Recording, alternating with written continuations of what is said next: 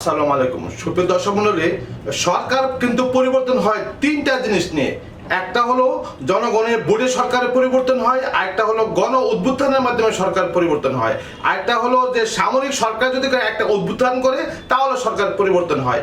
এখন যেহেতু গণ অভ্যুত্থান হয়েছে 5ই আগস্ট, এই গণ অভ্যুত্থানে কিন্তু জনগণ, ছাত্র এবং সার্বিক জনগণ কিন্তু এই উত্থানে অংশগ্রহণ করছে। এখন একটা যে সমস্যা হয়েছে নাগরিক হিসাবে, এখন কিন্তু প্রধানমন্ত্রী বলছে যে আমি পদত্যাগ করি নাই। এখন আপনারা শুনেন, তাছাড়া আমি তো পদত্যাগ করি নাই। আমি বলতে চাই যে প্রধানমন্ত্রী যে এখন কি সে কিন্তু সত্য কথাই বলছে নাকি সে মিথ্যা কথা বলছে আমি জানি না। তবে আমার কিন্তু বাক শক্তি একটা মানে সমস্যা আছে, মানে মুখে জড়তা আছে। আমি কিন্তু মিথ্যা কথা বললে আমার কিন্তু মুখে একটা সমস্যা হয়। আমি এই জন্য আমি ভিডিও করি, আমার কথাগুলো সত্য কথা বলি, যাতে আমার মুখে কোনো আল্লাহ দিলে মানে এই ভিডিও করার কারণে যাতে আমার মুখে যে সমস্যাটা যাতে চেঞ্জ হয়ে যায়, মানে পরিবর্তন হয়ে যায়।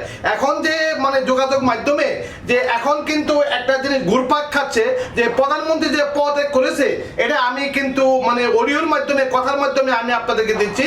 পত্রপত্রে পেডে লেখা আছে, গণপ্রজাতন্ত্রী বাংলাদেশ সরকার, প্রধানমন্ত্রীর কার্যালয়, পুরাতন সংসদ ভবন, ঢাকা, তারিখ 5 আগস্ট 2024, 20 শ্রাবণ 1431।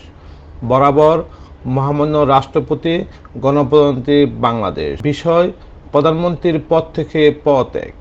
আমি গভীর দুঃখের সঙ্গে জানাতে চাই যে সাম্প্রতিক বিক্ষোভ ও সংঘর্ষের প্রেক্ষিতে যেখানে 300 জনেরও বেশি মানুষ প্রাণ হারিয়েছে এবং আর কোনো প্রাণহানি এড়ানোর জন্য আমি পদত্যাগের সিদ্ধান্ত নিয়েছি।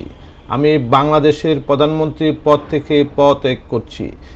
এই ঘটনাগুলোতে আমি সম্পূর্ণ দায়িত্ব স্বীকার করছি এবং এদেশের জনগণের নিরাপত্তা ও কল্যাণের প্রতি আমার অঙ্গীকার সবসময় অটুট থাকবে।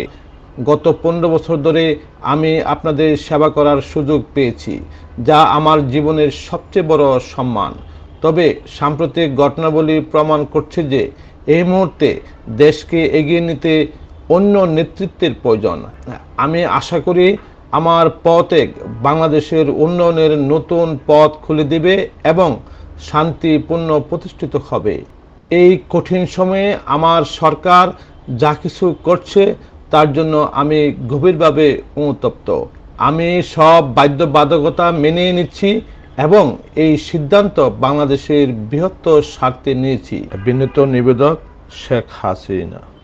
আজকে আমি বলতে চাই যে সাবেক প্রধানমন্ত্রী শেখ হাসিনা যেহেতু বলছে সে পদত্যাগ করে নাই, এখন যে বর্তমান যে এই সংবিধানের যে প্রেসিডেন্ট আছে শাহাবুদ্দিন চুপ্পু, সে কি বলেছে আপনারা শুনুন। জানেন, প্রধানমন্ত্রী শেখ হাসিনা আজ রাষ্ট্রপতির কাছে পদত্যাগপত্র জমা দিয়েছেন এবং আমি তা গ্রহণ করেছি। সে কিন্তু বলেছে যে যে প্রধানমন্ত্রী তার সামনে পদত্যাগ করেছে। এখন আমি আপনাদের সামনে বলতে চাই যে আমাদের যে সেনাপ্রধান আছে যে ওয়াকিউজ্জামান একটা বিশেষ পরিস্থিতিতে 5ই আগস্ট কিন্তু জনগণের যে বিপক্ষে কিন্তু সে কিন্তু গুলি চালায় নাই। প্রিয় দেশবাসী, আসসালামু আলাইকুম। আপনারা জানেন যে দেশে একটা ক্রান্তিকাল চলছে। আমি সমস্ত রাজনৈতিক দলের নেতৃবৃন্দকে এখানে আমন্ত্রণ করেছিলাম, ওনারা এখানে এসেছেন। আমরা একটা সুন্দর আলোচনা করেছি।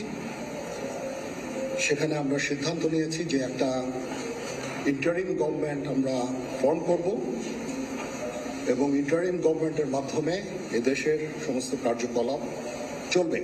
প্রধানমন্ত্রী হয়তো সে বলেছিল যে গুলি চালানোর জন্য, যেহেতু সে প্রধানমন্ত্রীর আত্মীয়, কিন্তু সে যে গণভবনে যে অভ্যুত্থান হয়, যদি তাকে যে দেশ ত্যাগ করতে না হতো তাহলে কিন্তু জনগণ যেভাবে যে গণভবনে হামলা চালিয়েছে, সে তার স্বইচ্ছায় সে মানে বাংলাদেশে যারা আওয়ামী লীগ করতো তাদেরকে সে ফেলে রেখে সে কিন্তু পালিয়েছে। এখন আমরা নাগরিক হিসাবে আমরা একটা হতাশ যে বর্তমানে যে অন্তর্বর্তীকালীন সরকার আছে, ইন্টারিম গভর্নমেন্ট আছে, যে এখন যে আমাদের যে জনগণের যে আমরা প্রত্যাশা করছি, যেহেতু আমাদের এই জনগণের যে অভিপ্রায়, আমরা যেহেতু গণ অভ্যুত্থান করেছি, আমরা চাই এখন ইন্টারিম গভর্নমেন্ট এই যে বর্তমানে একটা মানে সকল দলের অংশ করে একটা নির্বাচনের মাধ্যমে একটা সুষ্ঠু নির্বাচনের মাধ্যমে একটা সরকার আসুক, এটাই আমাদের প্রত্যাশা। তো আপনাদের কি প্রত্যাশা আপনারা ভিডিওর মাধ্যমে কমেন্টসের মাধ্যমে জানাবেন। এই প্রত্যাশা রেখে আজকের মতো আমি বিদায় নিলাম। আমি বরাবরের মতো আপনাদের সাথে আছি আমি শরীফউদ্দিন বাবুল। আল্লাহ হাফেজ।